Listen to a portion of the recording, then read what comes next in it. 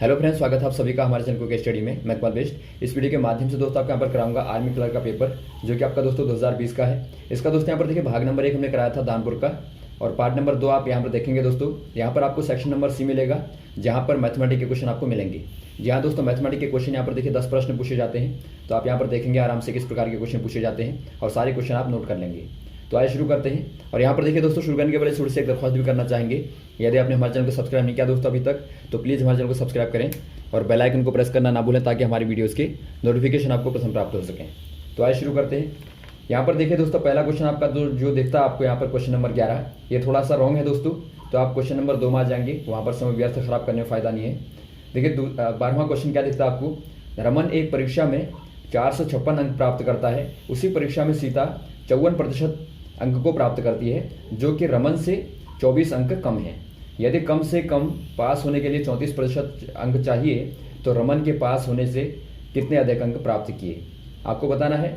Raman scored 456 marks in an exam and Sita got 54% mark in the same exam, which is 24 marks less than Raman. If minimum passing marks in the exam is 34%, then how much more marks did Raman scored than the minimum passing marks? यहाँ पर देखिए दोस्तों, आप क्या करेंगे, पहले आपको देखिए रमन के मार्क्स दिए हैं। आप यहाँ पर लिखेंगे रमन के जो अंक हैं दोस्तों वो क्या हैं, वो आपके 456 हैं। उसके बाद यहाँ पर आपको दिया है कि सीता उसी एग्जाम में प्राप्त करती है 54% अंक, जो कि रमन से क्या है 24 अंक कम हैं। तो यहाँ से आप सीता के अंक निकाल लेंगे। सीता के जो अंक होंगे दोस्तों क्या हो जाएंगे, वो हो जाएंगे आपके रमन के अंकों से 24 कम।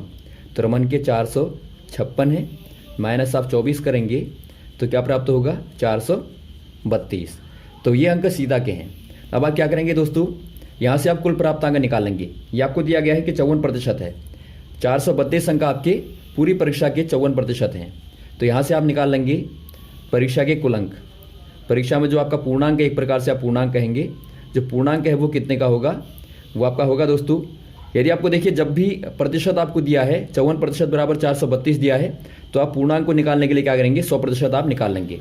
तो आपका 100% कितना हो जाएगा दोस्तों, वो आपका हो जाएगा 432 गुणा 100 बट्टे आप 54 का भाग दे देंगे।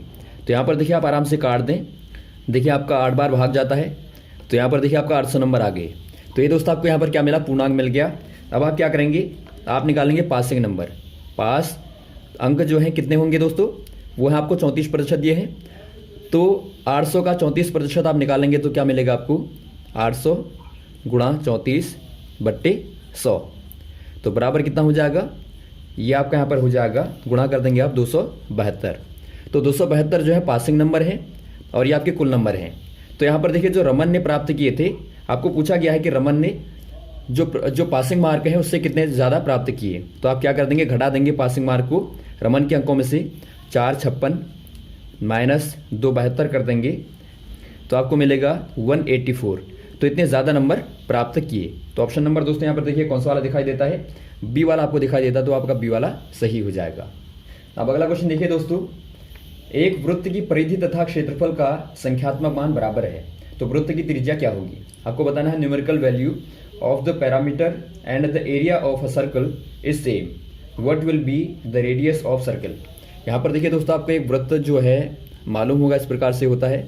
मान लीजिए इसकी त्रिज्या r है, तो इसके पहले दोस्तों आप परिधि का फॉर्मूला देखिए।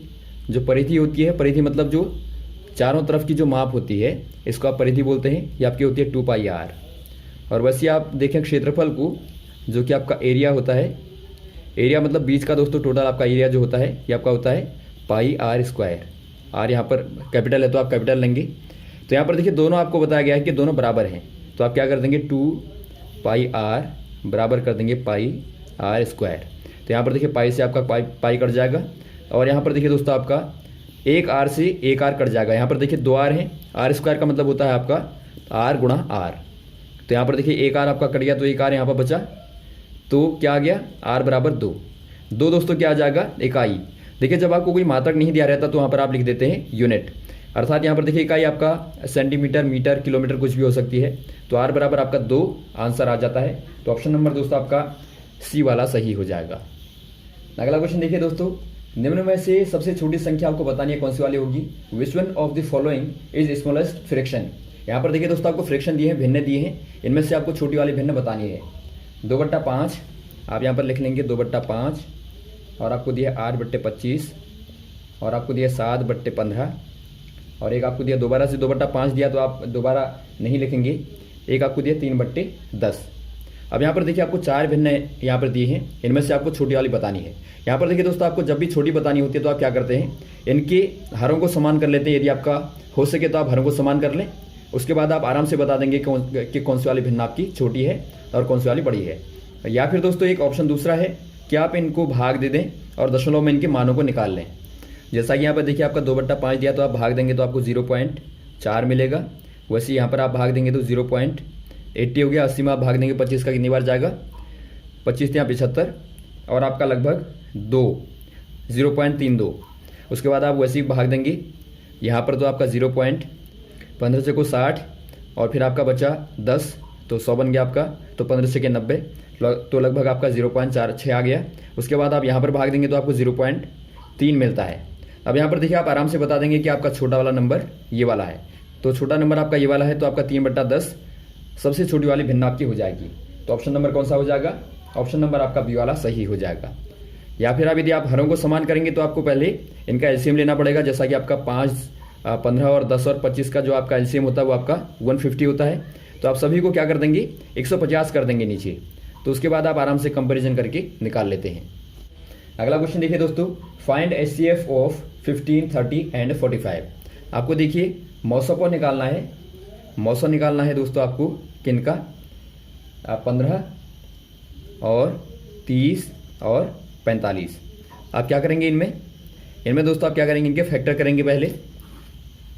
सेम मेथड है, 3 गुणा 5 करेंगे बराबर, वैसे यहाँ पर क्या हो जाएगा 3 गुणा 5 गुणा 2 हो जाएगा। वैसे यहाँ पर क्या हो जाएगा 3 गुणा 5 गुणा 3 हो जाएगा। अब यहाँ पर देखिए दोस्तों आपका सभी में 3 गुणा 5 3 गुणा 5 3 गुणा 5 कॉमन है, अर्थात 3 गुणा 5 मतलब आपका 15 आपका सब में कॉमन है। तो इसीलिए दोस्तों आपका जो एचसीएफ है वो आपका 15 हो जाएगा। तो ऑप्शन नंबर कौन सा हो जाएगा यहाँ पे, ऑप्शन नंबर आपका ए वाला सही हो जाएगा। अगला क्वेश्चन यहाँ पर देखिए दोस्तों, 2 क्रमांक धनात्मक विषम पूर्णांक संख्याओं को ज्ञात करें जिनके वर्गों का योग आपको दिया 290 है वो, अर्थात find 2 consecutive odd positive integers sum of whose square is 290। आपको यहाँ पर देखिए दोस्तों क्या दिया है, आपको देखिए 2 क्रमांक धनात्मक विषम पूर्णांक। यहाँ पर देखिए कंडीशन है, आप आराम से पढ़ेंगे, 2 क्रमांक धनात्मक विषम पूर्णांक।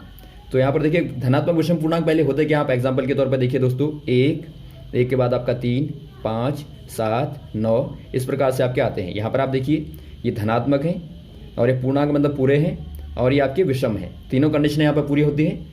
तो यही नंबर दोस्तों आपको क्रमांगत वाले बताने हैं। क्रमांगत का मतलब होता है 1 के बाद 3, 3 के बाद 5, 7 के बाद 9, ये आपके क्रमांगत कहलाते हैं। तो यहाँ पर देखिए यदि आप पहले वाले को 1 से मान लें तो दूसरा क्रमांगत क्या होगा दोस्तों, 1 से धन 2 होगा, क्योंकि आपका दोनों को छोड़ के आपका आता है यहाँ पे अगला वाला। तो यहाँ पर देखिए आपको दोनों के वर्गों का योग क्या दिया है, वो आपको यहाँ पर दिया 290 290 आपको दिया है।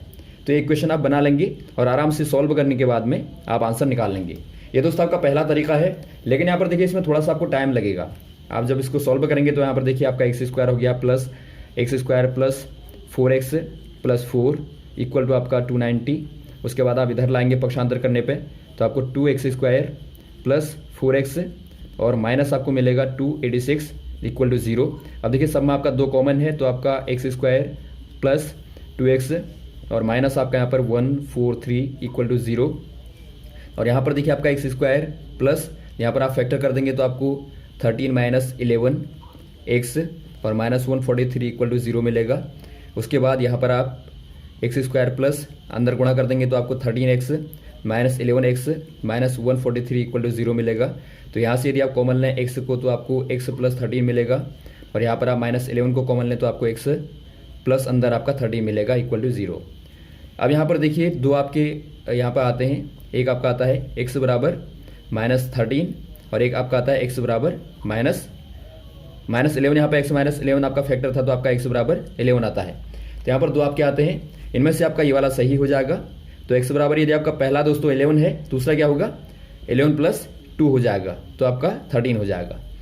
तो यहाँ पर देखिए आपका 11 और 13 यहाँ से आपका निकल के आता है। ये दोस्तों आपकी थोड़ा सा लंबी मेथड है, लेकिन आप यहाँ पर जब देखिए एग्जाम में आपको पूछा जाए तो आप क्या करेंगे, ऑप्शन में आपको आराम से मिला लेना है। आपको दिया है कि दोनों का योग क्या होगा, वर्गों का योग 290 होगा। तो ऑप्शन में आप देखें तो आराम से आपको पता लगता है। देखिए 5 और 7 यदि आप इनको जोड़ें तो आपका 25 और 49 को जोड़ें तो आपका छोटा हो गया। वैसे आप 7 9 में देखिए 49 और 81 को जोड़ें तब भी आपका छोटा हो गया। और 13 और 15 तो आपका बहुत ज़्यादा बड़ा है, और 11 और आपका 13 बचता है तो आपका यही आपका सही होगा। यहाँ पर देखिए 11 का स्क्वायर क्या होता है 2 1 2 1 और धन 13 का स्क्वायर होता है 1 6 9। तो आप इनको जोड़ेंगे तो आपको 290 ही मिलेगा। तो ये वाली मेथड आप अपनाएंगे वहाँ पे, लेकिन आपको पता होना चाहिए दोस्तों आपका आंसर जो है ऐसे निकलता है मेथड वाइज। अगला क्वेश्चन यहाँ पर देखिए, ₹500 पर 6% वार्षिक ब्याज की दर से 4 वर्ष का ब्याज क्या होगा। Find the interest on ₹500 for 4 years at 6% annual. दोस्तों यहाँ पर देखिए आपको क्या दिया है, आपको ऐसा ही निकालना है सिंपल। यहाँ पर आपको बताया नहीं गया होगा कि साधारण ब्याज निकालिए। जहाँ पर आपको ब्याज केवल पूछा गया हो, बताया ना गया हो, तो आपको सिंपल वहाँ पर क्या निकालना है, हमेशा ही साधारण ब्याज को ही निकालना है। तो आप याद रखेंगे यहाँ पर आपको ऐसा ही निकालना है। तो ये आपका PRT/100 होता है, बार बार बताया जा चुका आपको। तो यहाँ पर देखिए मूलधन आपको दिया है ₹500, दर है आपकी 6 और गुणा समय आपका 4 वर्ष का है, बट्टा 100 कर देंगे। तो आराम से यहाँ पर देखिए आपको क्या मिलेगा, 5 गुणा 24 बराबर आपका 0 2 12 है। तो ₹120 दोस्तों आपको मिलता है। ऑप्शन नंबर आपका कौन सा हो जाएगा, ये वाला आपका सही हो जाएगा। अगला क्वेश्चन यहाँ पर देखिए, दो संख्याओं का अनुपात आपको दिया है 3:4 है। 3:4 दो संख्याओं का अनुपात है। यदि प्रत्येक संख्या में से 5 घटा दिया जाए तो अनुपात 5:7 हो जाता है। तो संख्याएं क्या होंगी। अर्थात आपको दिया है कि ratio between 2 numbers is 3:4। If we subtract 5 in each number then ratio becomes 5:7। Find out the numbers. यहाँ पर देखिए दोस्तों आप क्या करेंगे, आपको सिंपल पहले दिया है कि पहली बार जो आपका रेशियो है वो आपका 3:4 है। तो यहाँ से आप मान लेंगे कि माना संख्याएं क्या हो जाएंगी दोस्तों, पहली हो जाएगी आपकी 3x और दूसरी हो जाएगी आपकी 4x। यहाँ पर देखिए जब भी आपको अनुपात दिया रहता है तो वहाँ से आप पहले बार में नंबर को मान लेते हैं। अब यहाँ पर देखिए आपको दिया गया है कि बाद में आपने क्या किया, आपने घटा दिया 5 को, 3x - 5 किया, और आपने दूसरी वाली में से भी 5 को घटा दिया, 4x - 5, और उनका अनुपात मतलब दोस्तों आपने दोनों को भाग कर दिया। आपने पहले घटाया, देखिए 5 को दोनों में से पहले आपने घटाया, उसके बाद आपने उनका अनुपात कर दिया मतलब आपने भाग दे दिया। तो बराबर आपको क्या प्राप्त होता है, 5/7 प्राप्त होता है। आपकी समझ में आया होगा, आपने घटाया उसके बाद आपने दोनों को भाग दे दिया तो आपको 5/7 प्राप्त होता है। अब आप आराम से वज्र गुणा कर देंगे। तो देखिए 7 का गुणा यहाँ पर करेंगे तो 7 क्या 21 x और -7 पंजे 35 और बराबर आपका 5 को 20 x और -5 बजे 25 आपका आता है। आराम से दोस्तों आप पक्षांतर करने पर आप घटाएंगे तो आपको x बराबर मिलता है आपका ये -25 उधर है और यहाँ से आपका -35 + 35 बन जाएगा तो ये आपका 10 मिलता है। तो x बराबर आपका 10 मिल गया। तब आप आराम से निकाल लेंगे। जो पहली वाली संख्या थी दोस्तों आपकी क्या थी, 3x थी तो आपकी 30 हो जाएगी, और दूसरी वाली आपकी 4x थी तो आपकी 40 हो जाएगी। तो 30 और 40। लेकिन यहाँ पर देखिए दोस्तों आपको ऑप्शन में कोई भी ऐसा ऑप्शन नहीं दिखाई देता, तो ये क्वेश्चन भी आपका दोस्तों मिस प्रिंट है। तो यहाँ पर आपको यहाँ पर कन्फ्यूजन नहीं होना है, आपको पूरा नंबर मिलेगा। 2 क्वेश्चन दोस्तों यहाँ पर देखिए, आपका पहला क्वेश्चन और एक क्वेश्चन, ये 2 क्वेश्चन यहाँ पर गलत आपको दिख गए। तो ये दोस्तों एक प्रकार की बहुत बड़ी लापरवाही है एग्जाम को बनाने वालों की। अगला क्वेश्चन यहाँ पर देखिए दोस्तों, x का 20% बराबर 400 है, तो x का मान आपको बताना क्या होगा। अर्थात 20% of x = 400, find the value of x। यहाँ पर देखिए दोस्तों आपको दिया है कि x का 20% बराबर 400। देखिए जब भी आपको ऐसे क्वेश्चन दिए जाते हैं तो x की जगह पर आप x को रखिए, का मतलब गुणा, 20 मतलब 20, प्रतिशत मतलब बट्टा 100 बराबर 400। तो वज्र गुणा करेंगे आप आराम से तो आपको क्या मिलेगा, 20 x बराबर आपका 100 का गुणा यहाँ पर आप कर देंगे तो आपका 400 गुणा 100। तो यहाँ से आप x बराबर निकालेंगे दोस्तों आपका 400 गुणा 100 बट्टे 20 करेंगे तो आराम से आप काट दें। ये आपका 5 बार कटेगा 20 से 100, तो 4 पंजे 20 आपका 2000 आपको मिलता है। तो ऑप्शन नंबर कौन सा हो जाएगा, आपका बी वाला सही हो जाएगा। अगला क्वेश्चन देखिए दोस्तों, आपका 20वां क्वेश्चन है, किसी आयताकार मेज की सतह के ऊपर का परिमाप 28 मीटर है और क्षेत्रफल आपको दिया है 48 मीटर का स्क्वायर है, तो उस मेज के विकर्ण की लंबाई क्या होगी। आपको दिया है the perimeter of the top of a rectangular table is 28 metre whereas its area is 48 metre square, what is the length of the diagonal. दोस्तों यहाँ पर देखिए, एक आयत होता है, इस प्रकार से आपको पता है आमने सामने वाली भुजाएं बराबर होती हैं, तो यहाँ पर आपको लंबाई ये माननी है, ये आपका चौड़ाई, तो आपको ये डायगोनल पूछा गया है। आप आराम से देखते हैं दोस्तों, ये क्या है, एक प्रकार का समकोण त्रिभुज बना। तो समकोण त्रिभुज क्या कहता है दोस्तों, पाइथागोरस थ्योरम यहाँ पर आप लगाएंगे तो लंब का वर्ग धन आधार का वर्ग और इसका वर्गमूल आप कर देते हैं, तो ये दोस्तों कर्ण को बताता है। तो आपको यहाँ पर बेसिकली क्या निकालना है, ये निकालना है। तो क्या करेंगे दोस्तों, आपको देखिए दिया क्या है दोस्तों, पहला आपको दिया परिमाप। परिमाप आयत का होता है दोस्तों 2 गुणा लंबाई धन चौड़ाई, बराबर आपको दिया है 28। तो यहाँ से आप निकाल लें L प्लस बी, बराबर क्या हो जाएगा, 2 यहाँ पर जाएगा तो भाग करेगा तो 14 आ जाएगा आपका मीटर में। और वैसे आपको दिया है L गुणा बी, क्योंकि आपका क्षेत्रफल बराबर होता है लंबाई गुणा चौड़ाई। ये आपको दिया है दोस्तों 48 मीटर का स्क्वायर। तो यहाँ से आप क्या निकालेंगे, देखिए आपको L प्लस बी पता है, L भी पता है, तो और आपको निकालना क्या है, अंडर रूट का L square plus B square. तो यहाँ से आप क्या करेंगे दोस्तों, देखिए L square plus B square बराबर जो आपका होता है वो आपका होता है L प्लस बी का होल स्क्वायर माइनस 2LB।